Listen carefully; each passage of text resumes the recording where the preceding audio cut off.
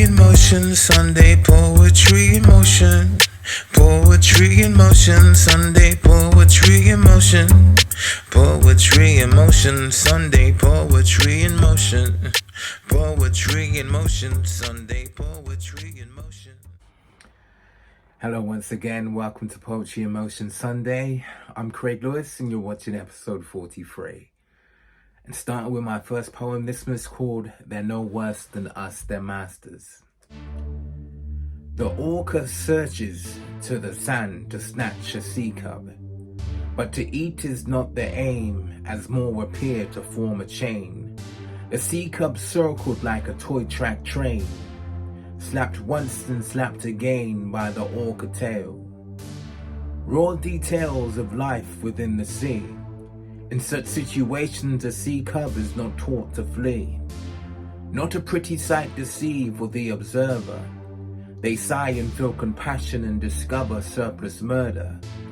Surplus murder, you say? Yes, the third of the day. Unlike a burger for food, the sea cub was turned away. Instead of eaten, the rhyme and reason, the cub was disturbed for play. Had it known to fight, would have used its strength and might to spare its life and earn its stay. To the world today, us living humans I can truly compare. For when we kill, we seldom eat the victim, instead we leave it there, as the soul departs his body to meet the air. And like that sea cub for death, each victim is the least prepared. Hence the thought to walk the streets at night just leaves them scared. One may say violence is not the answer. One may say the orca is no worse than us, the surplus killing masters. And moving on to my second poem, this one is called Victim. He asked the woman, "Excuse me, love, you got a light?" At him she took a glimpse and shook her head. His aura was as dark as night. Could be a pickup line he used instead. Could have been a case of another woman raped and left for dead. And to the nearest shop she fled to buy some time. The other day she read online a story that resembled this. Hence she phoned a taxi to replace the bus she missed.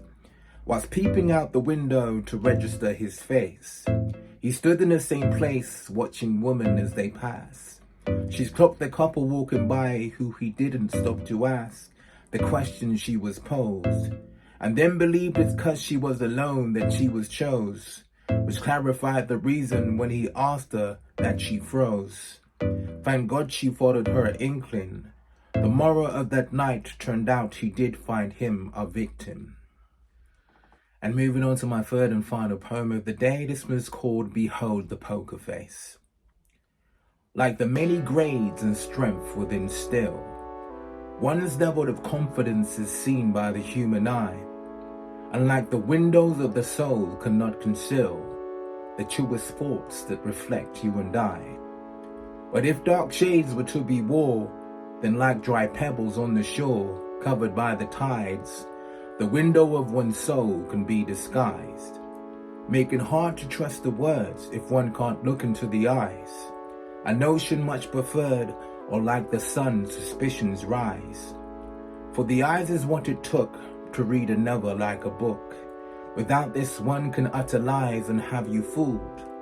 My younger self was schooled by such people in the past, when I knew not the house of honesty hosts the lawn with greener grass. As I advanced in years, so too did my philosophy. Eye contact when we speak is a sign that you acknowledge me. Then when conversation is complete, we have an understanding. One's conclusion can be made when no confusion is at aid, but behold, the poker face can be demanding. And there you have it, your poetry fix for me this week. I hope you enjoyed. Until next week, short and sweet. Take care.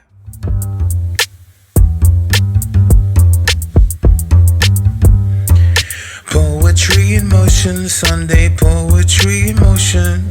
Poetry in motion, Sunday poetry in motion. Poetry in motion, Sunday.